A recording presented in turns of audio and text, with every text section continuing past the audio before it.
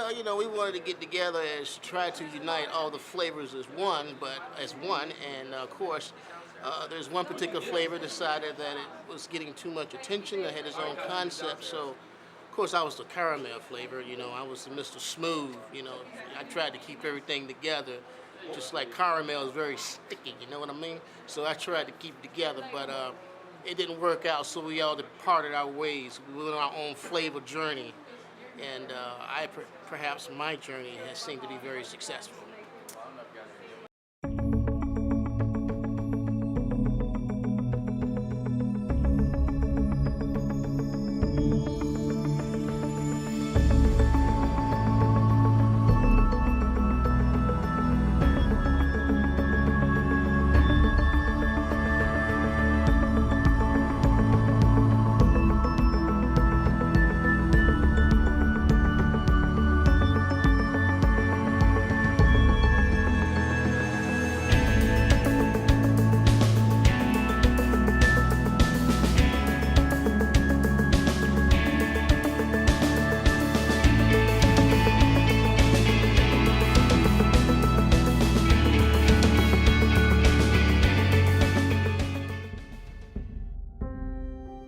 The beginning. Well, funny enough, being so wonderful as I am, I was a little disappointed that a lot of people had no idea how great I was. And I'm so sick of hearing people badmouth me. Of course, it's usually when I'm turned into a prune, but that's only on when I have to, which I don't really want to half the time. And as a plum, I think that people ignore me way too often. So instead of being known as an old people's dietary aid, I was like, you know what?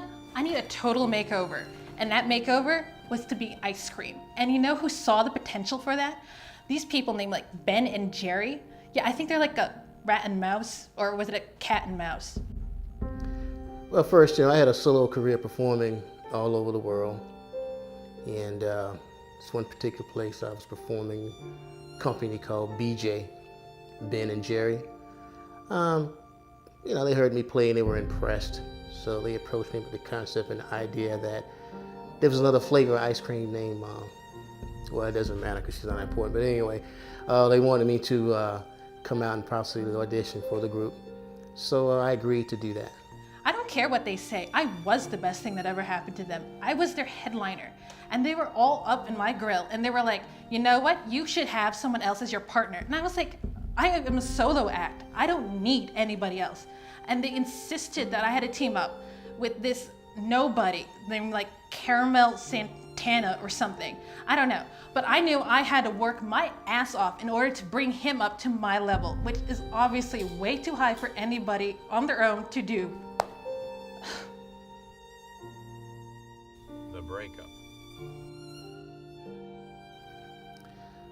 Well, as the group came together and we were doing pretty good, Sugar Plum started developing a demanding, controllable mentality.